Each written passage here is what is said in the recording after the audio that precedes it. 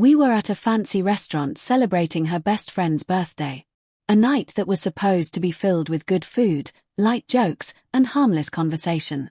The lighting was warm, the ambience elegant, and everyone seemed to be in a celebratory mood. My wife, Lauren, was sitting beside me, already 2 glasses of wine deep, laughing louder than usual. I could sense she wanted to impress her friends tonight. She always did. She always wanted to be the funniest, the boldest, the one with the most attention.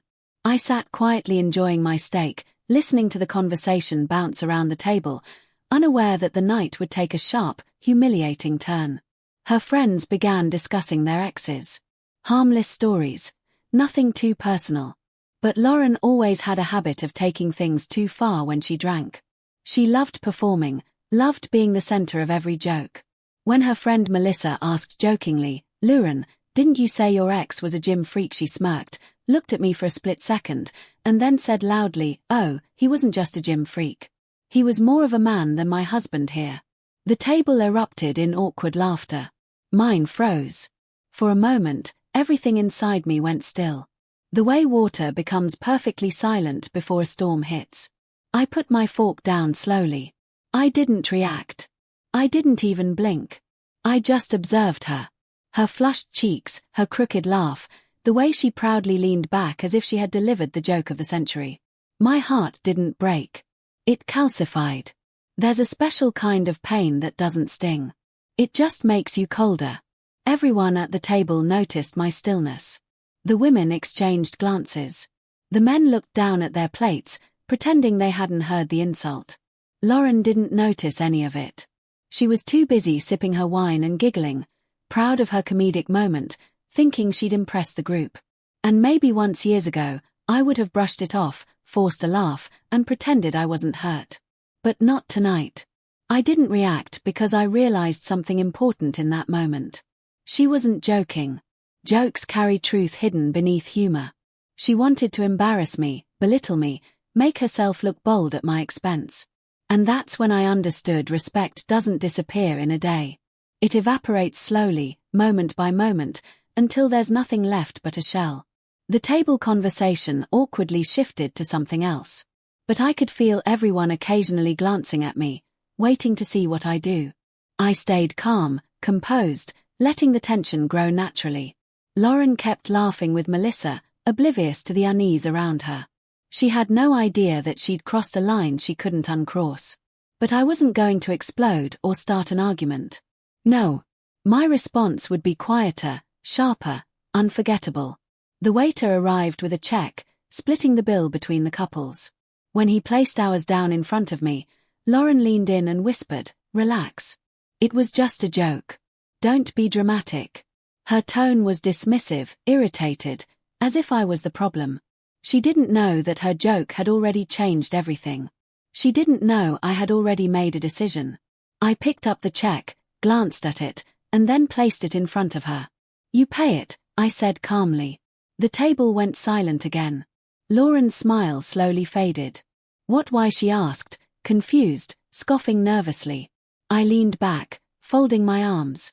"Since your ex was more of a man than me, I figured you wouldn't mind paying for the meal your lesser man shared with you."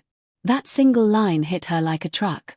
Her face dropped instantly like she'd been slapped in front of a live audience. Her friends stared wide-eyed, frozen mid-breath. Even the couple sitting at the table behind us went still. You could hear the clink of a fork somewhere in the distance. She looked around embarrassed, suddenly realizing how badly she had humiliated herself. "Not me. I didn't mean it like that," she whispered, voice trembling. The confidence she had earlier evaporated. Melissa placed a hand on her arm, but Lauren pulled away, staring at me like she didn't recognize the man sitting beside her. "It was just a joke," she repeated, smaller this time, almost childlike. I shook my head. "A joke is only funny when both people laugh," I replied coldly. Her eyes filled with tears, but she quickly blinked them away, trying not to cry at the table. The waiter returned at the worst possible moment, and she awkwardly reached for her purse with trembling hands. She paid, cheeks burning with humiliation, and no one said a word. The dinner continued awkwardly for a few minutes, but the energy had died. Everyone was too busy replaying the moment in their heads. When we finally stood to leave, her friends hugged her with stiff, uncomfortable smiles. They weren't judging me, they were judging her. They had seen the disrespect, the unnecessary cruelty, the ego. They had also seen how calmly I handled it. She realized that, too. As we walked toward the parking lot, she tried grabbing my hand.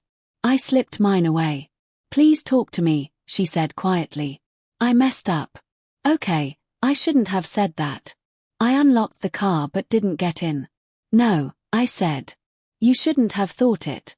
The words hit her harder than anything I'd said all night because she knew I was right. You don't joke about something you don't secretly believe. She broke down in the parking lot, tears streaming, mascara smudging. "Please don't give up on us," she whispered. "I love you." I was stupid. I was trying to impress them. I swear I didn't mean it. I watched her cry, not with anger, but with clarity. This wasn't the first line she crossed. It was just the first one I refused to ignore. I finally opened my door and looked at her one last time. "Respect isn't a joke," I said quietly. "And if you ever make me the punchline again, there won't be a second warning." She nodded desperately, wiping her tears, knowing I meant every word. As we drove home in silence, she held her ring with shaking fingers, finally understanding something she should have known all along. The man she mocked in front of everyone was not the man she could control. And that single calm sentence spoken at the right moment would haunt her longer than any anger ever could.